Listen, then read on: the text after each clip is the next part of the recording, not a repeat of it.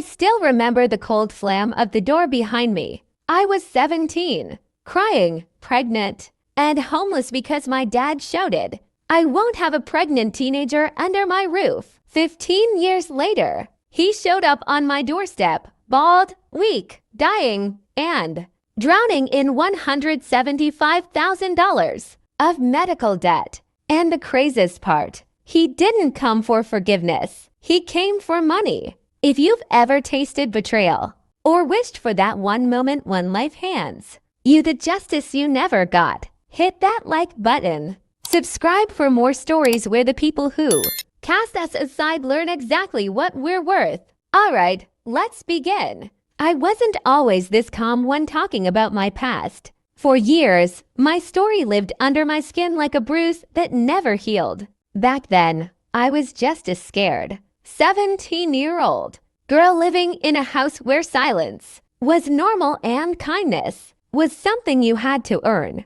My dad was the kind of man who believed rules mattered more than relationships. Grades mattered. Chores mattered. Image mattered most of all. But me, his only daughter, I was just a responsibility he never asked for. So when I got pregnant, it wasn't a conversation. It wasn't even an argument. It was a verdict. I still remember the way he stared at my stomach, not with worrying or concern, but with humiliation, as if my body had betrayed him. "Pack your things," he said. His voice was cold, controlled, the kind of voice he used when he wanted me to know the discussion was over before it started. "Dad, please just listen." No, his jaw tightened. "I won't have a pregnant teenager under my roof, not ruining this family, not embarrassing me." And just like that, he opened the front door, pointed outside, and said, "Go." He didn't ask if I had money. He didn't ask if I had somewhere safe to stay. He didn't even wait to see if I'd fall apart. He just closed the door. And for the first time in my life, the world was silent. I slept on a friend's couch that night, then another friend's the next night. But couches were out there welcome fast. When I finally scraped together enough courage, I went to a small shelter for young pregnant women. And those first few nights, I cried so quietly my pillow stayed damp until morning. But something strange happened there. Something I didn't expect. With every tear, every wave of panic and fear, something inside me hardened, focused, shifted.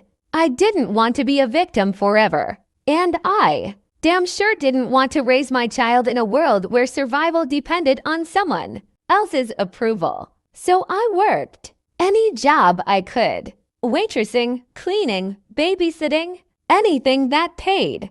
I studied at night, my belly heavy against the table, my eyes burning from exhaustion. I didn't know how I'd make it, but I swore I would.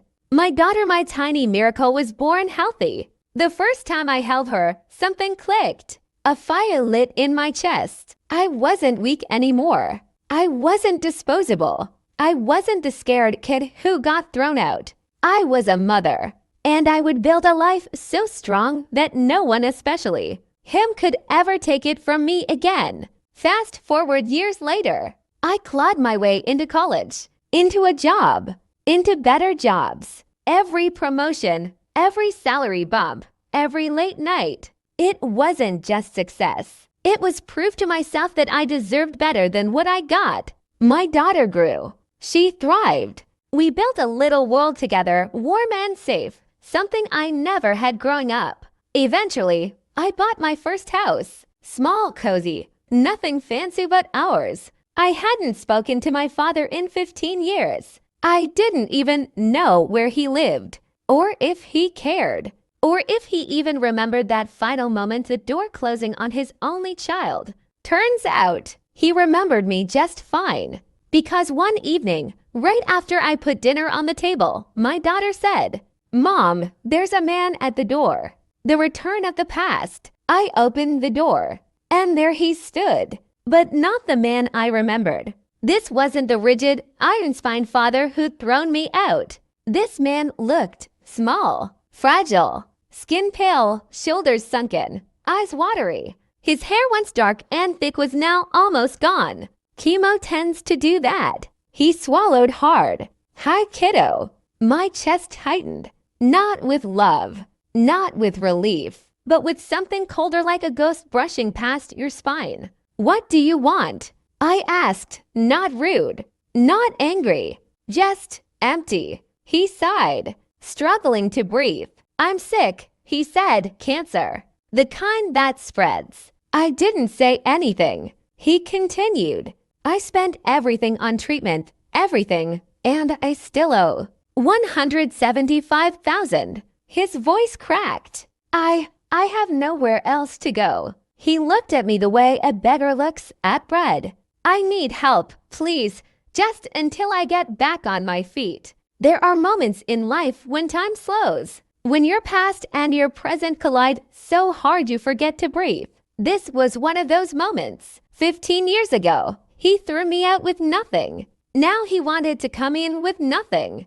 But here's the thing about trauma. It teaches you what love should not feel like. My daughter walked into the hallway, curious. He saw her. His eyes softened. She's beautiful, he whispered.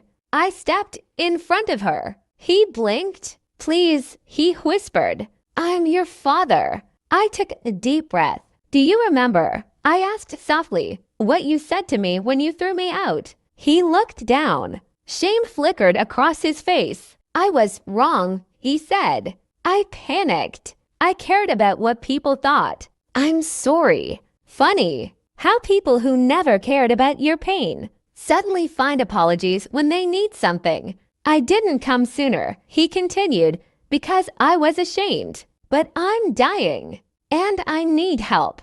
I don't have anyone else. His voice broke. He covered his face with his hands. It should have made me feel something. Anger, sadness, pity. But all I felt was clarity. I stepped closer, looked him in the eyes, and said, you don't have a pregnant teenager under your roof anymore. My voice was calm, cold. Now I have a dying old man under mine. And I won't have that either. He froze. You mean you won't help me? I didn't flinch. I mean, you need to leave. His mouth fell open, like he couldn't believe karma had finally cashed his check. I'm your father, he whispered. A plea, a final card. I nodded. And I was your daughter.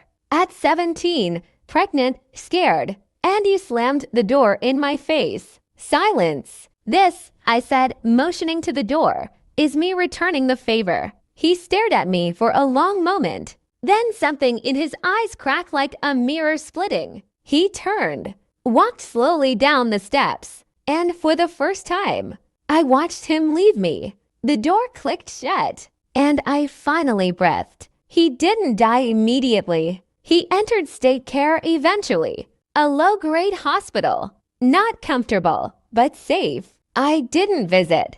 I didn't call. And I didn't pay a single cent. Because in life, we all make choices. He made his at my expense. I made mine at my daughter's protection. And that's what real revenge looks like. Not cruelty, not hatred, but finally choosing yourself over the person who never chose you.